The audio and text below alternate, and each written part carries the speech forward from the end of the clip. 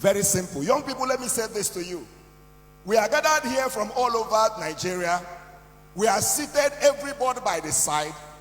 We will listen, everybody, to the same speakers as you're listening to me right now. You will listen to everybody. But it is not everybody that the words will be effective in their lives.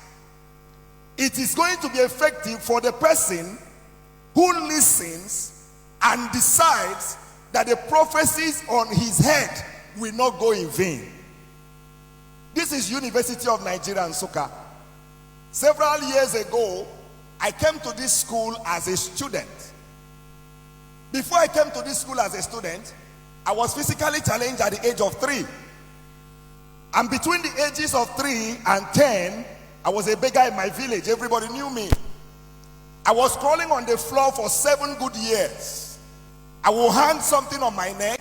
I will go to the marketplace to beg. That was what I was doing for 7 years. And for these 7 years, all my age mates were already in school. I was despised. I was nobody. Until one day, I decided to go to school.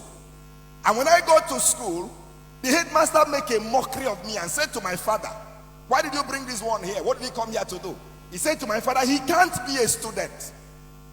So take him back home. He can't be a student." And then I asked the man, "What will I do?" If you want to maximize who you are in life, you don't tell stories of what has happened to you. You tell stories of what will I do to come out of what has happened to me. That's the question. So I asked the man, "What will I do?" He said, "Go and learn how to walk."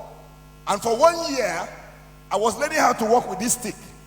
And I'll take a step and I will fall. Young people, listen to me. On the journey to success, you're going to fall several times. But when you fall, you're going to get right back on your legs. You're going to write an exam several times, but you won't give up until you pass that exam. You're going to go for interviews several times.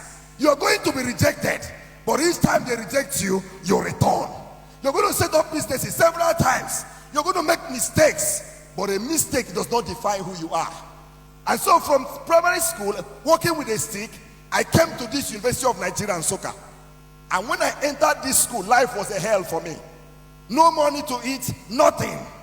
And then, to make matters worse, I didn't have a leg to walk with. I was telling my driver that brought me that I used to walk from 6 Flats to Akintola Hostel with this stick in my hand. Why? Because I wanted to prove somebody wrong. I knew I might be physically challenged, but that is not who I am. I know that you might not be beautiful according to people's standards, but that's not who you are. I know you might not be as rich as others, but that's not who you are. I know that you might not come from the greatest of families. Young person, that's not who you are. So I came in here, and then I had a terrible experience after I lost my dad. A lecturer, I went to ask him a question in the class, and this man said to me, "Bring the question to the class. I want everybody to gain from this question." So I came to the class, and he said to me, "Come and stand in front of the class at the mass communication department at the Faculty of Arts here." So I stood in front of the class, and this man looked at me and said, "You asked me a question." I said, "They said, let me ask you questions too." He said to me, "When you were entering the university, where did you pass?" I said, "Sir, I passed through the university gate." He said, "When you were passing, who did you see?" I was wondering, what was the need? I said, "Sir, I saw the transporters, the Okada people." Said, "Yes." "Who else?" "I saw the security people." "Yes." "Who else?" "I saw those hawking." He said to me, "Think very well. Who else did you see?" I said, "Sir, I saw those who were begging." He said, "Describe them for me." So I described them to him. I said, "Some of them are blind, some of them are physically challenged." This lecturer pointed me in my face and said to me, "That's where people like you stay, at the gate." He said to me, "Pack your things, go to the gate, sit at the gate and beg." He said to me, "You will never become anything. Your place is at the gate." He said to me, "Look around the class. Is there anybody with a stick in their hand?" He said, "Pack." Listen to me, child of God. Young people, listen. Life is not about the container, but the content. Life is not about the container. It's not about how tall you are. It's not about who you think you are. What can you do? What is inside of you? What prophecy are you carrying? What dream are you carrying? Can I share to you? I left this school with a first class. Listen to me, young people. I left this school with a CGPA of 4.86. Listen to me, young people. Today as I stand here, I have a PhD. I am a lecturer and I teach in 2 different schools. I have cars that I drive on my own. I have family, I have a wife and children. Listen, child of God. Nobody is your classmate. You are your own.